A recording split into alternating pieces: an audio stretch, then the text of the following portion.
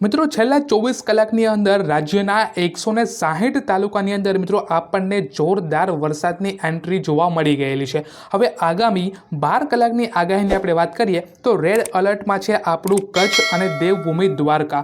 આ ભારેથી ભારે વરસાદ આપણને જોવા મળી શકે છે।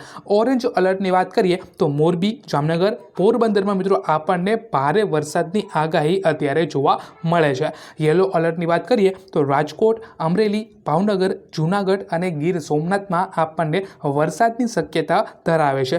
દક્ષિણ ગુજરાતની વાત કરું તો ભરૂચ, નર્મદા, સુરત, વલસાડ, ડાંગ, નવસારીમાં આપણને વરસાદની શક્યતા જોવા મળે છે। ખાસ કરીને સૌરાષ્ટ્રની વાત કરીએ તો સૌરાષ્ટ્રમાં કેટલાક એવી બધી જગ્યાઓ છે જેમાં આપણને ભારે વરસાદ જોવા મળેલો છે અને ખેડૂતોનું ખૂબ જ અહીંયા નુકસાન આપણે જોવા મળેલું છે, જેમાં 5 થી 10 વીઘાની જે ખેતી હોય એનો એક જ દિવસમાં એક જ ઝટકે જે પણ પાક હતો તે સાફ કરી દેવામાં આવેલો છે। હવે જોવાનું મિત્રો એ રહેશે કે સરકાર મદદ કરે છે કે હર વખતે ચૂંટણી આવે ત્યારે જ સરકારને આ ખેડૂત દેખાય છે।